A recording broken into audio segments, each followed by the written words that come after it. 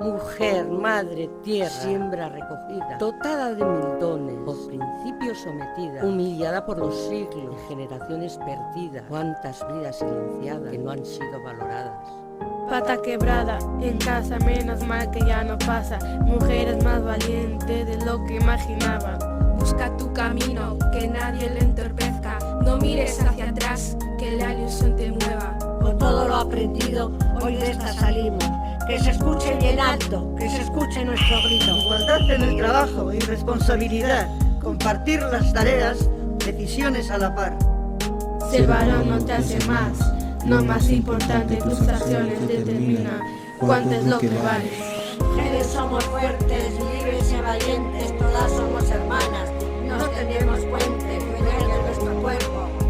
Solo mío, nadie puede tocarlo, solo si yo decido. Las mujeres somos fuertes, libres y valientes, todas somos hermanas, nos tendemos puentes, dueñas de nuestro cuerpo.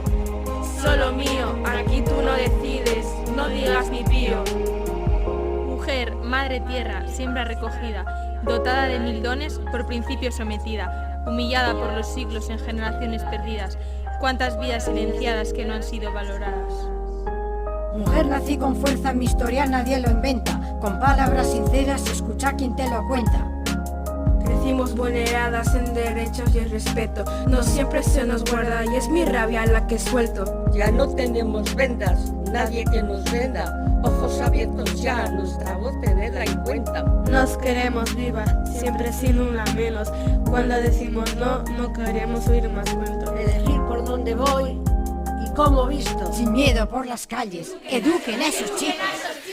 Mujeres somos fuertes, libres y valientes, todas somos hermanas. No tenemos puentes, dueñas de nuestro cuerpo. Solo mío, nadie puede tocarlo, solo si yo decido. Las mujeres somos fuertes, libres y valientes, todas somos hermanas, nos tendemos puentes, dueñas de nuestro cuerpo. Solo mío, aquí tú no decides, no digas ni pío. Mujeres somos fuertes, libres y valientes, todas somos hermanas. No tenemos puentes, dueñas de nuestro cuerpo. Solo mío, nadie puede tocarlo, solo si yo decido. Las mujeres somos fuertes, libres y valientes, todas somos hermanas, nos tendemos puentes, dueñas de nuestro cuerpo. Solo mío, aquí tú no decides, no digas ni pío.